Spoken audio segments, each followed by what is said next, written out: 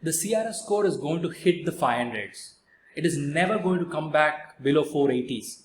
These were some of the comments that I read on the internet. But is that the case? I received so many calls from people asking this question whether the CRS score is going to drop down and is it even worth trying to apply for Canada. And I personally believe that the CRS score cannot be in this high 470s or 480s range for a longer period of time. So why do I say so? Let us try to understand this particular video. Stay tuned and watch till the end.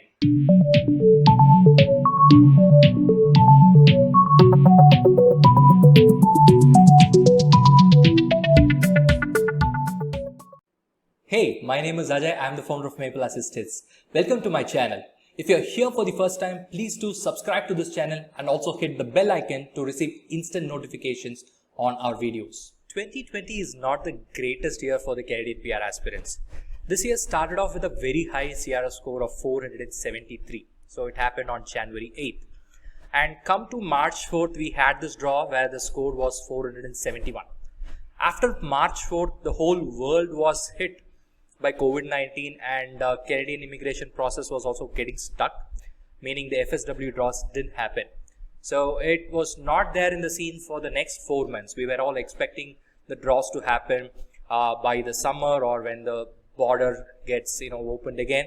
And there were so many speculations around the thing. And just when nobody expected, we had a draw on July 1st week and the score was totally ridiculous. It was 478.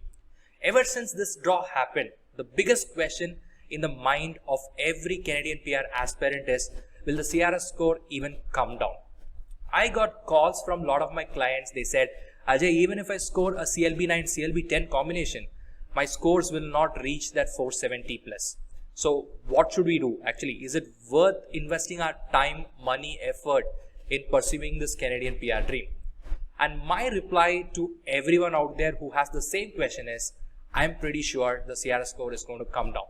So to understand that, first let us try to understand something else in this short video. So please take a look at this video. Now let us look why this FSW CRS score would definitely drop. Okay, so here before going to that, first you'll have to understand the factors that can actually impact your CRS score. So there are various factors. Let me name them one by one. One is your age. Your age plays a major role. So after you turn 29, you start losing 5 points for your age. The second one is your education. So your CRS score will definitely vary based on whether you have a bachelor's degree or a master's degree or a doctorate degree. And number of years of work experience also plays a part in impacting your CRS score. Like if you have a 3 years plus work experience, then you get the maximum points for your work experience. And IELTS is one big thing which you really know that impacts your CRS score. If you are having a French certification, or if you take up this French examination and if you could get some decent CLB, then that might also increase your CRS score.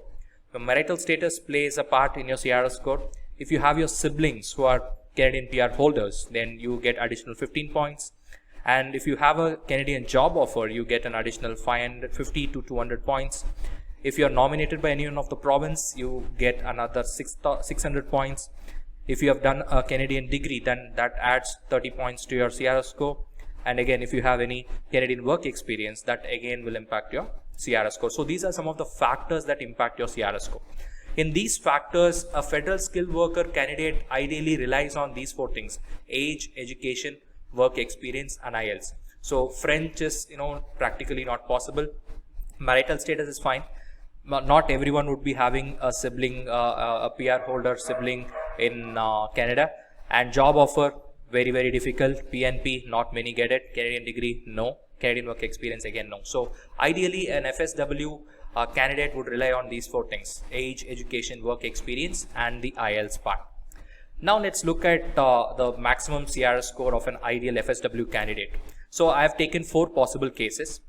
So the first case, let us assume a person who is single and who has a master's degree and who has scored a CLB9 in IELTS and his age is below 29.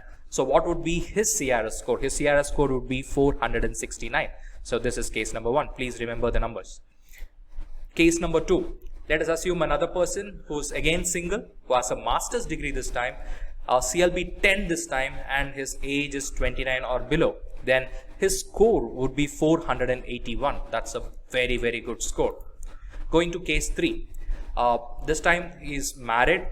This guy he or she has a master's degree and scored a CLB 10 in IELTS, and age is below 29.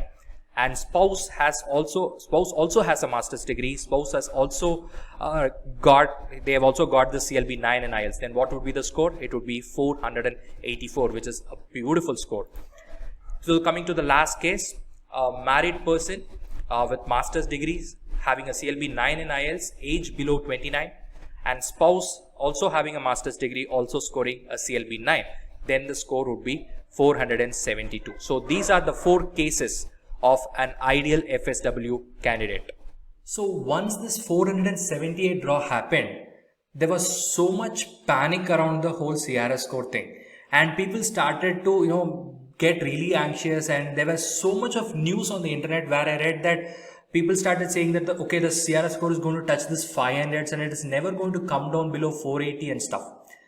So people, for those of you who are really afraid and who are really anxious about the CRS score going up, from the previous video or few minutes back, like you saw something, and from that it is clearly evident that a federal skilled worker candidate, the maximum he can score without a Canadian connection is around this 480, 481, I suppose, right?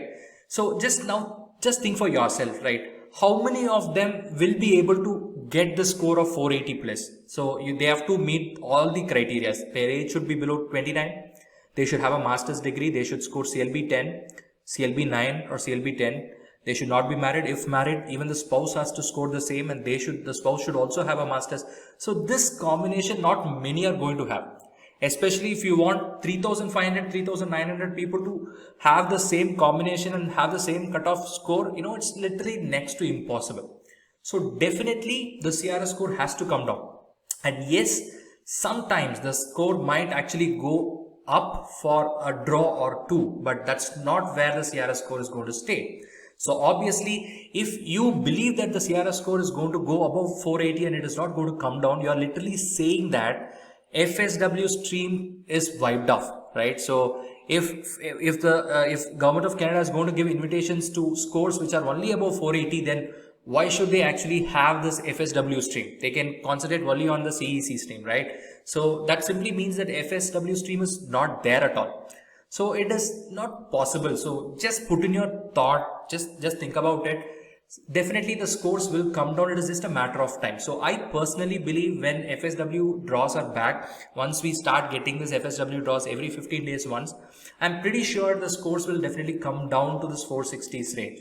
So my ideal score would be somewhere in the high 450s to the 465 or 468. That would be my range if I have to give my thought on it. Right? So people who are worried about the CRS score going up, just stop being anxious and stop being worried and stop getting angry on the CEC candidates who are getting invitations with a lesser score. Okay. So there is nothing that you can do from your end, but there is something that you can actually, which is under your control, that is scoring the best CRS score possible. So right now, just focus on getting your best score and be there on the poll. So how do you do it? Score the maximum in your IELTS and try to get that 450 plus 460 plus score, whatever is the maximum that your profile could fetch. Try to get that score and then be there in the express entry pool, and rest is all in the hands of God. That's what I would say. So here is the bottom line. Stop worrying and start taking action. People who haven't given your IELTS, you guys know what you should do and what your target is. And people who are already there in the express entry pool with scores 455, 460 plus, you have all reasons to remain positive, be positive, hope for the best. And I really hope and pray that the CRS score comes down to your levels and you get your invitations. And people whose scores are below this 450, explore all the other options like studying in Canada, or see if you could actually get a nomination in any one of the province. If you want to discuss your profile with me, then all you need to do is go ahead and click the link given there in the description below, and you will be able to book an appointment with me and we can discuss your profile over a call. So that's it from me, guys. I really hope you like this video. So give this a thumbs up if you'll do so, and share this with all your friends who are worried about the CRS score going up. And please do type your thoughts in the comment section below, and your comments really motivate me to do more videos. I hope this video was encouraging. I hope I have brought some positive news and instilled some kind of an enthusiasm and hope to people who are actually trying to get their PR visas. So that's it from me, guys. This is Ajay signing off. I'll be back with another video very soon. Take care. Bye-bye.